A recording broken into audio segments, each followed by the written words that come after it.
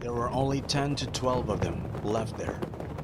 No match for Khalid and his troops. Ikrimah, with part of his troops, attacked a group of Muslims who were with the Prophet ﷺ near the hills. So he ordered them to slowly move towards the slope of Uhud mountain. The fragmented Muslims also started to regroup along the mountain slope, even after several desperate attempts. The more they kept fighting, the more casualties the Quraysh had compared to the Muslims.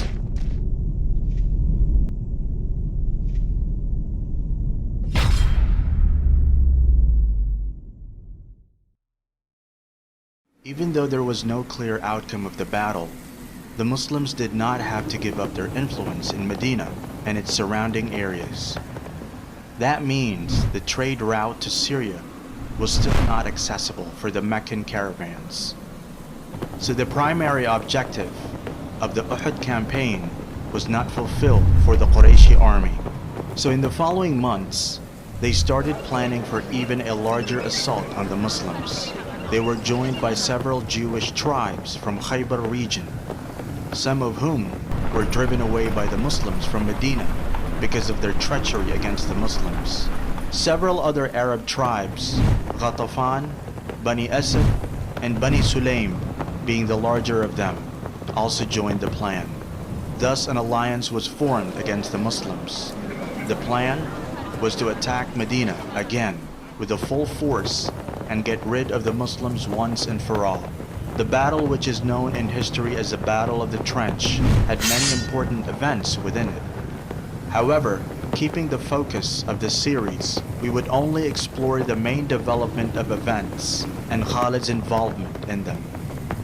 So in the early February of 627, around 10,000 men from different groups of the alliance, under the leadership of Abu Sufyan, gathered near Medina. At that time, there were only around 3,000 Muslims in Medina, so the Muslims were heavily outnumbered. Once the soldiers of the Arab alliance reached Medina, they were surprised to see that the Muslims had dug a huge trench blocking the entrance to Medina. The trench was several kilometers long and several meters wide. The Muslim soldiers were stationed at regular intervals along the trench. On top of this type of defensive warfare was completely unknown to the Arabs. So there was not much that they could do.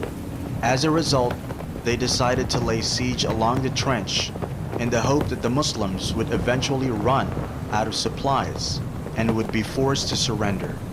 The siege went on for almost 3 weeks without any change of military situation. The alliance even conspired with the remaining Jewish tribe in Medina to attack the Muslims from within the barricade. But that plan also did not work. Both the Muslims and the alliance were running out of supplies.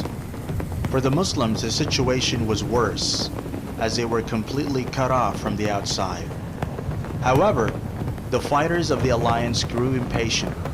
Eventually, Ikrimah tried to cross the trench with brute force. He went to the narrowest part of the trench and tried to cross it with his troops. He could manage to cross it with only 7 to 8 men. The Muslims could easily beat them and push them back. The following day, Khalid wanted to follow the same route to breach the Muslim defense. Once he reached there with his troops, he found that section of the trench was better guarded than the previous day. Both parties exchanged a lot of arrow shots to each other. Eventually, Khalid had to step back as there was no way for him to cross the trench. However, Khalid did not give up. He waited from far away until it was dark outside. The Muslims thought Khalid abandoned his mission and were less attentive. Khalid picked a moment when there were not a lot of Muslims guarding the narrowest section of the trench, rushed to the trench and jumped to the other side on horseback. Before the Muslims could figure out what was happening, several other fighters of Khalid's troop crossed the trench as well. They even put some wooden planks across the trench so that the soldiers of the alliance could cross the trench to attack.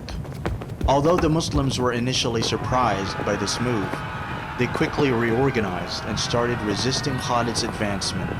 There was a fierce hand-to-hand combat in which both groups endured some casualties.